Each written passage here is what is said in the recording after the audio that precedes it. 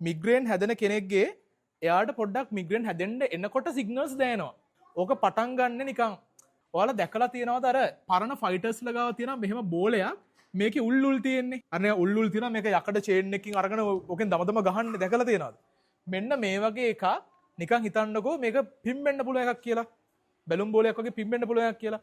ඉස්සරලාම ඔයාට දැනෙනවා නිකන් ඔයාගේ හදවත ගැහෙන ස්පීඩ් එකත් එක්ක ඔයාගේ ඔළුව ඇතුලේ මොකක් හරි චුට්ට ලොකු වෙනවා කියලා. ඕක විනාඩි 10ක් 15ක් යනකොට ලොකු වෙලා නිකන් හිතන්න කබලේ බිත්ති වලට මේ කටු ටික හේතු වුණා කියලා. ඕන් දැන් ඔයාගේ ඔලු කට්ට ගානට මේක හේතු වෙලා තියෙන මේ උල් දැන් ඔලු කට්ට ඇනිලා තියෙන. දැන් මේ ඇනිලා තියෙනකොට ඔයා මෙහෙමම හිටියොත් ඔයාට ඉන්න පුළුවන්. චුට්ටක් හරි මෙහෙම හෙලුනොත් මොකද වෙන්නේ?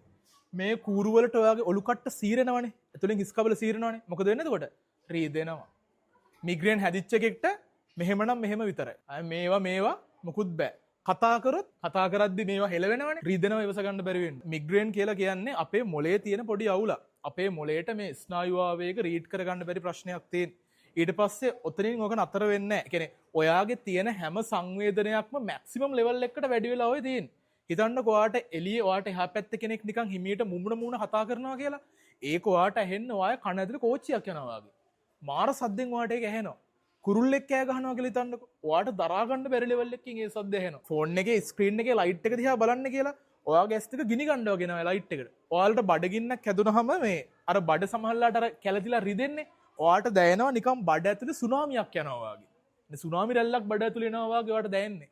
මේ මිග්‍රේන් දරා ගන්න බැරුව සමහරලාට ඒ කියන්නේ සමහරලාට අර ලයිට් එක වැඩි වෙලා ඔයා බ්ලයින්ඩ් වෙනවා වගේ. කියන්නේ ඔයාට මොකුත් පේන්නේ සුදු වෙලා යනවා. කැක්කුමක් විතරක් නෙවෙයි ඔයාගේ මුළු සර්වාංගෙම රිදෙනවා. ඒතර ඔය පේන් එක කොච්චර කල් තියෙනවද? සමහර වෙලාවට සමහර මිනිස්සුන්ගේ පැයක් විතර ඕක තියෙන්නේ. සමහර මිනිස්සුන්ගේ පැය 72ක් වෙන්න පුළුවන්. කියන්නේ දවස් දෙක තුන තියෙන උන් ඉන්නවා. ඔයාලා විශ්වාස කරනවා නම් විශ්වාස කරන්න මිනිස්සු සුයිසයිඩ් කරගන්නවා පේන් එක දරා ගන්න බැරුව. ඒ කියන්නේ හිතන්නකෝ ඒ වෙලාවට ඔයා මිග්‍රේන් පේෂන්ට් කෙනෙක්ගේ කතා කරනවා කියලා ගිහිල්ලා දැන් මිග්‍රේන් තියෙන කෙනෙක්ගෙන් ඔයා ගිහින් අහනවා කියලා කියන්නකෝ ඔයාට මොකද දැනෙන්නේ කියලා එයාට වචන හිතා ගන්න බෑ කතා කරන්න. එතන ටිකක්වත් ගලප ගන්න බෑ ඒ තරම් පේන් එක වැඩි. හදිස්සි හරි මිග්‍රේන් හදුනොත් මොකද කරන්නේ? පෙනඩෝල් බිල් හරියනවද? පිස්සුද? පෙනඩෝල් වලට අඩු කරන්න බෑ මිග්‍රේන් වගේ එකක්. ඔයාට මිග්‍රේන් හදුනොත් එහෙම දැනට ලෝකේ බෙහෙත් තියෙනවා. බෙහෙත් වලින් මිග්‍රේන් 100%ක් හොඳ කරන්න බෑ. මේක පරම්පරාවට එන්නේ. ප්‍රවේණිගත වෙන ලෙඩක්. මිග්‍රේන් පේෂන්ට් කෙනෙක් මට කතා කරලා තියෙනවා. ගෙදර ඔරලෝසුවේ අර ඔරලෝසු කාට ටක් ගාලා යනවනේ. ඒක දරා ගන්න බැරුව ඔරලෝසු පොළවේ ගැහුවා කිව්වා. ඒ ගානට මේක අමාරුයි. ඒ කියන්නේ මෙහෙම උනාට පස්සේ ඔයාලට කරන්න පුළුවන් හොඳම දේ තමයි ඇත්තටම කරුවල කාමරයකට ගිහිල්ලා සද්ද බද්ද ඔක්කොම නැති කරලා දොයිය ගන්න තමයි තියෙන්නේ. නිදා ගන්න අමාරුයි. නිින්ද යන්නේ නැහැ. ඔයාලට මේකට ලොන්ග් ටර්ම් බෙහෙත් කරන්න වෙනවා. මිග්‍රේන් හැදෙන එක නතර කරගන්න ඔයාලට කරන්න පුළුවන් දේවල් තමයි අංක 1ට හරියට නිදියන්. ස්ලීපින් සර්කල් කඩා ගන්න. රෑ 10ට නිදා ගන්න ඕන. හැමදාම රෑ 10ට නිදා ගන්න ඕන. ඊට පස්සේ ලොකු ස්ට්‍රෙස් එකක් ඔළුවට ගන්න එපා. ඔයා කෑම කන බොන විදිය හරියට තිබ්බේ නැත්තම් ටක් ගාලා මිග්‍රේන් මොකද වෙන්නේ? වැඩි වෙනවා.